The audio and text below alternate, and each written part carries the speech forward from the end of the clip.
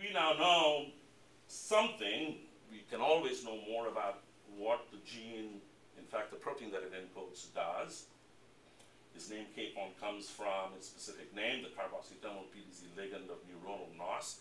In fact, it implicated nitric oxide signaling as one of the major causes of this.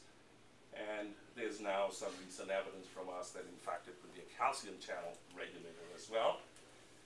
We know from studies that we've done in following the medical histories of about 10,000 individuals that it increases the risk of sudden death by about 1.7-fold. So not everybody who has this, in fact, is not a yes-no variable, but rather it increases the risk. There clearly are other genes that we have identified. But quite interestingly, I'll also point out, studies done by others have shown that the same gene, in fact, has variants, common variants that might be a risk factor for schizophrenia. And sudden death and schizophrenia may appear to be two entirely different phenotypes. In fact, they are. But in fact, it might point to some very similar underlying cellular mechanism, where in fact what this gene does in being misregulated probably changes the function of the membranes of the cells in which this gene acts. And that's a fundamental defect, which if it's in a cardiac myocyte has one event, whereas if it happens in a central nervous system neuron, it could predispose to other illnesses. So NOS1AP is a very common variant, and I was talking to you about sudden death, which is a much more common genetic disorder. But it turns out, and in fact these kinds of studies give us new insight, that NOS1AP in fact is a new genetic modifier even of those rare disorders that I talked about, those long and short QT syndromes. So this is a fairly large study that we did of looking at 900 patients from a prospective Italian registry. You wonder why it's Italian. And the reason is almost every kid in Italy that participates in sports, in fact, goes through a screening procedure for a number of cardiac defects, including long QT syndrome, which is why it's been easier to enroll them. And they have been screened for known mutations in the Mendelian genes. But what we know is that even though the mutation in fact predisposes somebody to quite a large extent, that the cardiac events, which are the most important things, or most important medical things to look out for in these patients, in fact, are modulated by this exceedingly common variant. And quite interestingly, we don't understand the physiological basis why these effects are much stronger in female patients than in males.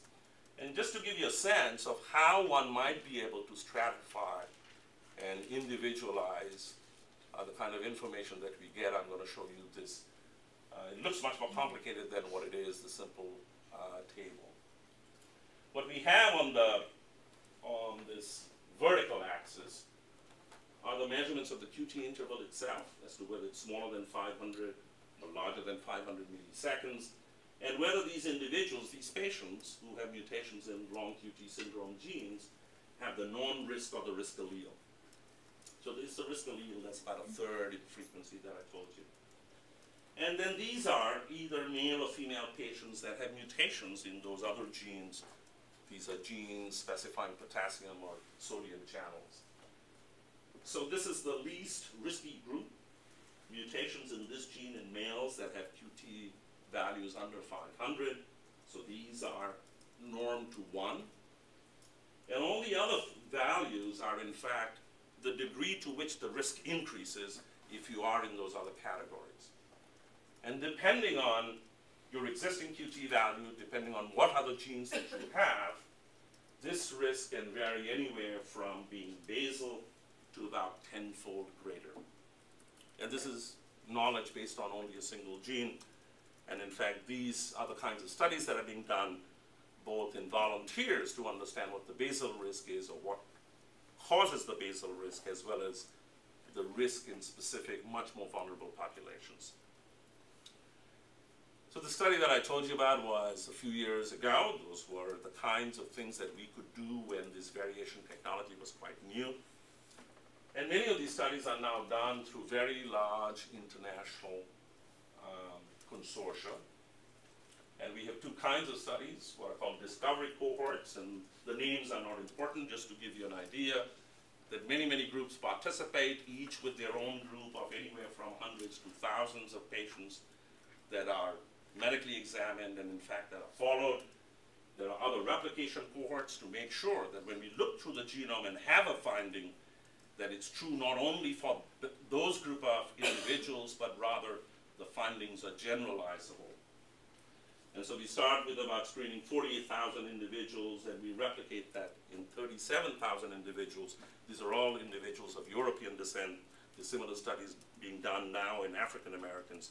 So there are fairly large numbers of people whose genomes have been looked at, on whom we have enough information on their cardiovascular phenotype to find genes.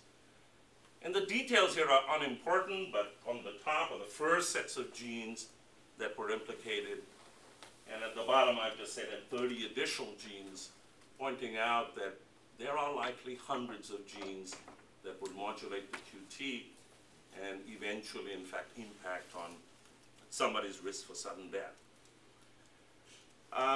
Even the finding the first gene was important when one has something like 40 or more genes that could participate in a disorder. Understanding the biology of 40 genes or more is in fact quite a challenging task, and I'll tell you why I think genomics is up to that task. So a couple of other points that let me make. The first is, even with the beginning findings, or let me first say that we haven't understood all of what leads to genetic variation in the QT interval. We've got much more to learn, let alone more to learn on sudden death itself. But in any case, we can begin to do studies, both genetic studies as well as clinical genetic studies, to try and stratify the population in which much more specific studies can be done. So this is a graph on which the horizontal axis refers to different individuals in that study of 10,000 individuals that I told you about, that have various numbers of genetic variants that tend to increase the QT interval. And some have 8, some have 9, 10, and so on, to the penultimate group here added to more than 20 variants. And this is only from the first 16 genes. And on the vertical axis is the proportion of patients of that type. And what these blue dots signify, in fact, are the proportion of individuals in each of those genetic categories that in fact are clinically vulnerable. And they're considered clinically vulnerable because their QT value is about 450 milliseconds in females and 440 in males. This is one of several criteria that are currently used.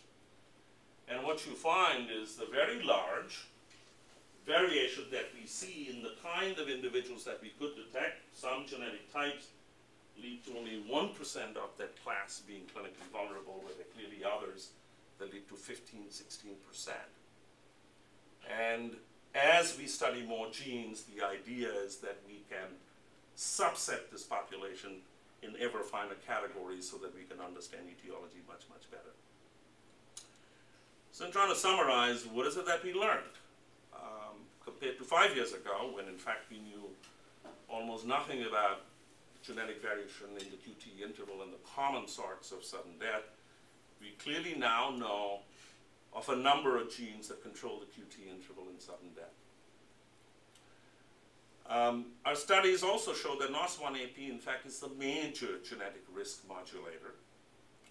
And the primary way in which it acts is that it prolongs the QT interval and makes some of these individuals much more at risk for sudden death.